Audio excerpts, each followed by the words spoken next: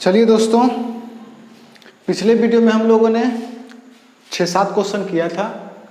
ये उसका पार्ट 2 है। इसमें हम इस 3-4 क्वेश्चन जो बचा हुआ था इसको कंप्लीट कर लेते हैं। तो सबसे पहला क्वेश्चन है, इस क्वेश्चन में करना कुछ नहीं है, आपको एक क्वाड्रेटिक इक्वेशन का फॉर्म बना के छोड़ देना है। सोल्व करने का कोशिश मत कीजिएगा, ठीक है। सिर्फ क्वाड्रेटिक इक्वेशन का एक फॉर्म बनाना है और उस फॉर्म को बनाकर छोड़ देना है। बस इसका मकसद ये है कि आपको बनाने आता है या नहीं है। तो सबसे पहले हम ये क्वेश्चन पढ़ते हैं। ये क्वेश्चन कह रहा है कि the area of rectangular plot इस 528 मीटर। तो चलिए एक रेक्टेंगुलर प्लॉट बना लेते हैं। मान लेते हैं ये है rectangular plot, this is a rectangular plot.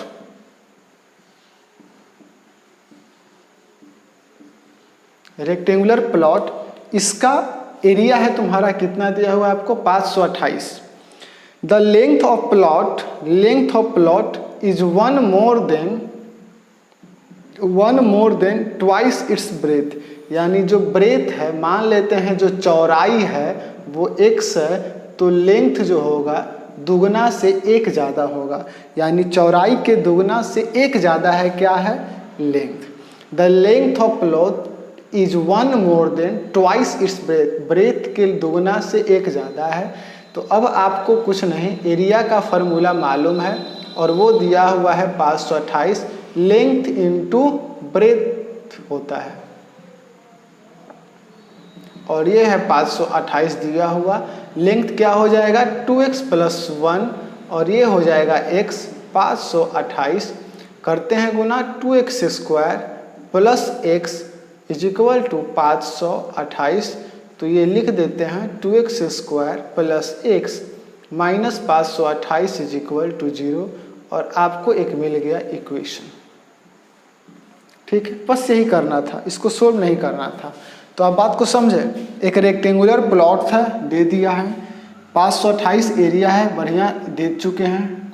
कह रहा है कि लेंथ जो है, ब्रेथ जो है, लेंथ ब्रेथ के दुगना से 1 ज़्यादा है, तो 1 ज़्यादा कर दिए और इसको बस इक्वेशन में हम डाल दिए हैं। ठीक है, अब आप इसको नोट कर लीजिए। हम नेक्स्ट क्वेश्चन पर चलते हैं।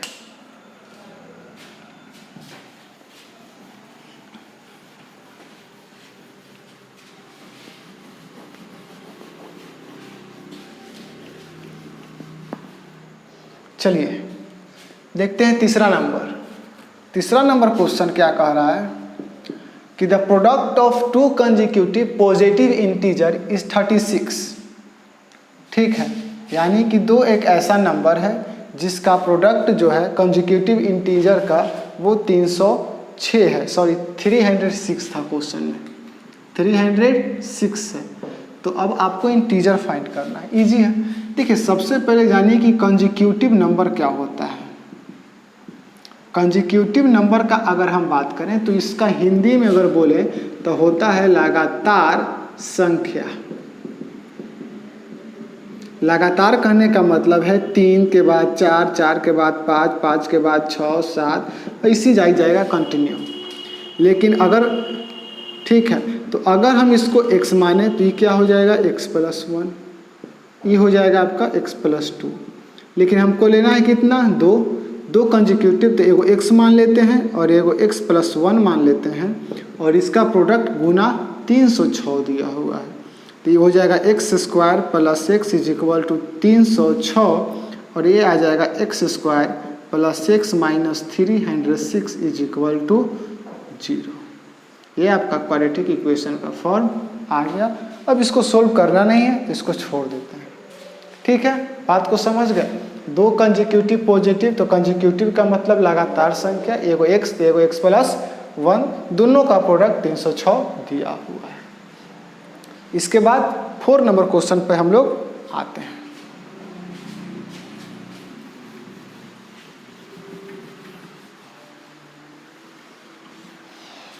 फोर नंबर कह रहा है क्वेश्चन कि Rohan's mother is 26 older than him. यानी रोहन की माँ रोहन से 26 साल बड़ी है। ठीक है, तो मान लेते हैं कि लेट रोहन्स एज यानी कि x, तो उसकी माँ का, तो मदर्स एज क्या हो जाएगा ये हो जाएगा x प्लस 26। कह रहा है कि 3 साल बाद, तो 3 साल बाद आफ्टर 3 ईयर रोहन का एज क्या हो जाएगा? तो भैया अभी x है तो 3 साल बढ़ जाएगा, x प्लस 3 हो जाएगा। और उसकी माँ का मदर से एज क्या हो जाएगा? तो ये हो जाएगा x प्लस 26 प्लस 3 यानी कि x प्लस 29। 3 साल पर है, ऐसे अभी हम 10 साल के हैं तो 3 साल बाद कितना हो जाएंगे? 13 साल के। अभी 20 साल के हैं मान लीजिए, तब 3 साल बाद 23 साल के। तो 3 साल तो हर किसी के लिए बढ़ेगा, खाली मम्मी या बाबू ला बढ़ेगा ना। ठीक है, अब क्या कह रहा है कि the product of their age from now will be 360। तो इनका प्रोडक्ट दे रहा है, यानी according to the question x plus 3 और x plus 29 is equal to 360। Easy है, अब कुछ करना नहीं है। चलिए, x square plus 29x plus 3x plus 29 तिया 9 तिया 27, 3 दूनी 6 87, 360। एक्स स्क्वायर 29 और 3 32x और 87 माइनस 360, तो यह आ गया x प्लस 32x और माइनस 7 3 10 बच गया 5 7 273 आ गया। बस यही क्वालिटी इक्वेशन का फॉर्म है। ठीक है, बात को समझ गए? कोई दिक्कत? रोहन का मान लेते हैं x, तो उसकी माता का x प्लस 26, 3 साल बाद रोहन का x प्लस 3, तो माता का x plus 26 plus 3 x plus 29। According to the question the product of their age from 3 years now, तो 3 साल बाद का जो एज है उनका प्रोडक्ट 360 दिया हुआ है। एक बार इससे मल्टीप्लाई किए, फिर इससे, फिर इससे और फिर इससे, वही किए हैं लाइन से और फिर एक तरफ लेके चल गए। ठीक है, नोट कर लीजिए।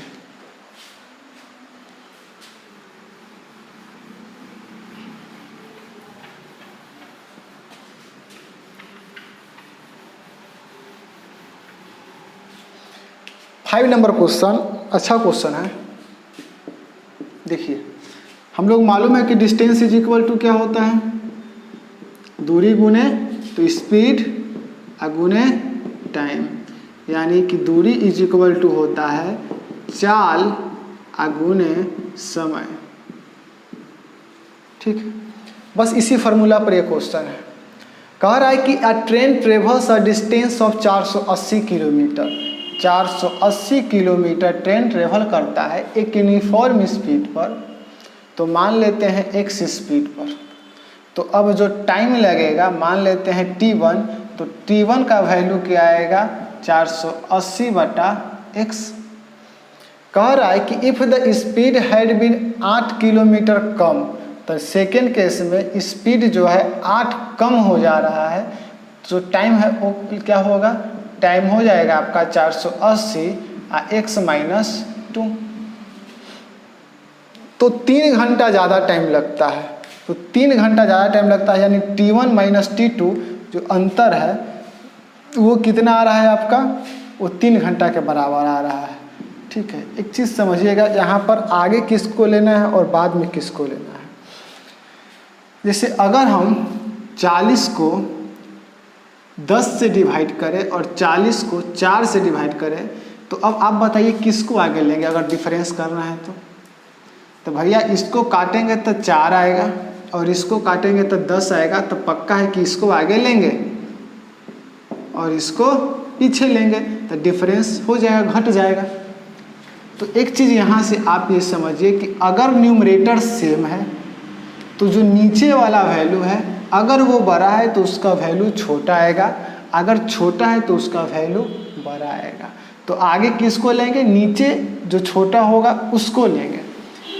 न्यूमरेटर अगर बड़ा सेम है दोनों में, और नीचे वाला और डिनोमिनेटर को देखना है, अगर बड़ा है तो उसका वैल्यू कम आएगा और छोटा है तो उसका वैल्यू ज़्यादा आएगा। तो घटाने के लिए हमेशा आगे छोटा वाला को आगे रखेंगे और इसको यहाँ रखेंगे पीछे।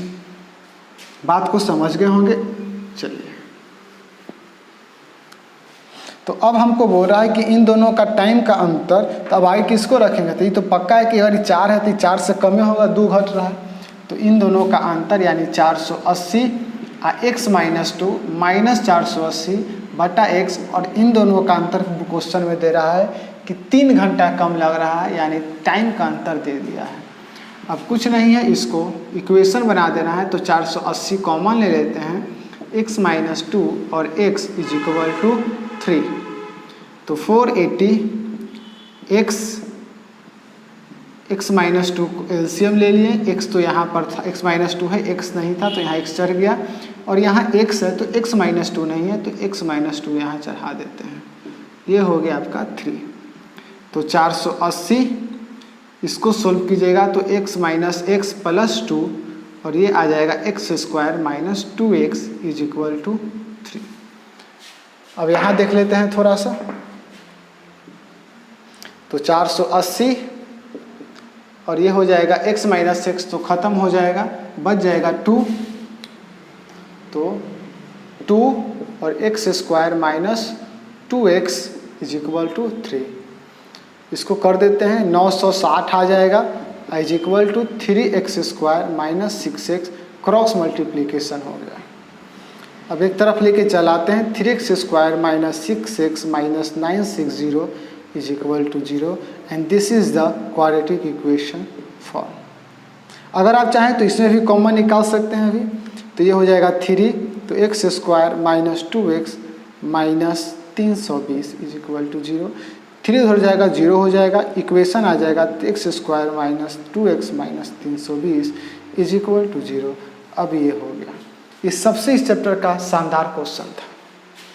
ठीक है, यही आपका क्वाड्रेटिक इक्वेशन का फॉर्म आएगा। एक बार इसको फिर से देखिए, कह रहा है कि अगर ट्रेन ट्रेवल करता है डिस्टेंस 480 किलोमीटर तो वो यूनिफॉर्म स्पीड से चलता है, तो मान लेते हैं स्पीड x था, तो उसको टाइम t1 लगा, तो t1 का वैल्यू 480 बटा x हो जाएगा।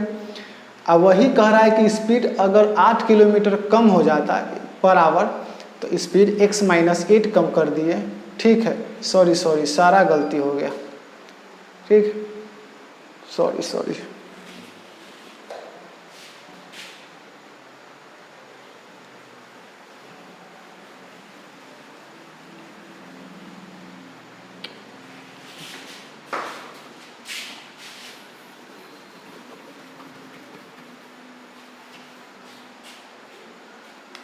चार सौ 480 x माइनस 8 था, हम गलती से 2 लिख दिए। तो अब अंतर देख लेते हैं, 480 कोई दिक्कत नहीं है, x माइनस 8, 480 बटा x इज इक्वल टू कितना आएगा आपका, अंतर कितना दिया हुआ है 3 घंटा। उसी तरह 480 कॉमन लेते हैं, तो यहाँ पर x माइनस 8 एलसीएम आ जाएगा, तो यहाँ x आ जाएगा, यहाँ x माइनस 8 आ जाएगा, और ये 3 आ जाएगा, ये आ जाएगा 480, तो x माइनस एक्स प्लस 8, और ये आ जाएगा x square minus 8x is equal to 3, ये कट जाएगा, तो ये जो वैल्यू है वो आ जाएगा 480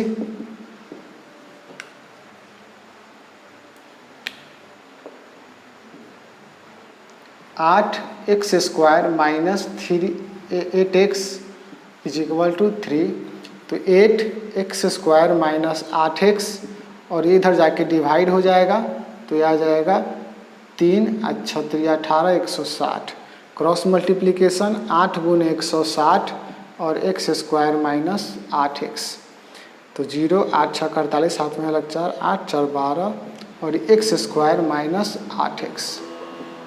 सबको एक साइड में लिख देते हैं, x square minus 8x minus 1280, यही आपका क्वाड्रेटिक इक्वेशन बनेगा। सॉरी गलती हो गया था, बाय मिस्टेक लिखा गया था। अब बात को आप समझ रहे होंगे, कुछ करना नहीं है, बस क्वाड्रेटिक इक्वेशन बना देना है। अब इसको सोल्व करने की ज़रूरत नहीं है, अगले चैप्टर में पढ़ेंगे क्या सोल्व करना है नहीं करना है। ठीक है,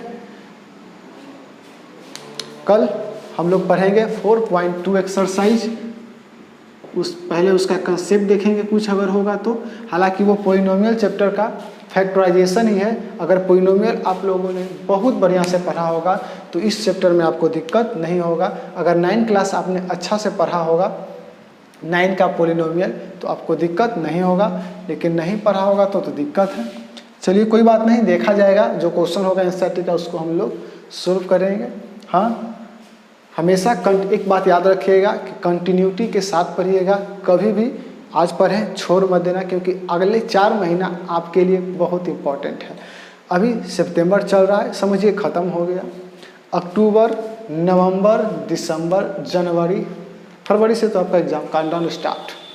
तो योर काउंटडाउन बिगिन। अब जे करना है इसे कर दीजिए, एकदम बेल्ला फाड़ पढ़िए, एकदम गर्दा मचा दीजिए, धुआं उड़ा दीजिए एकदम।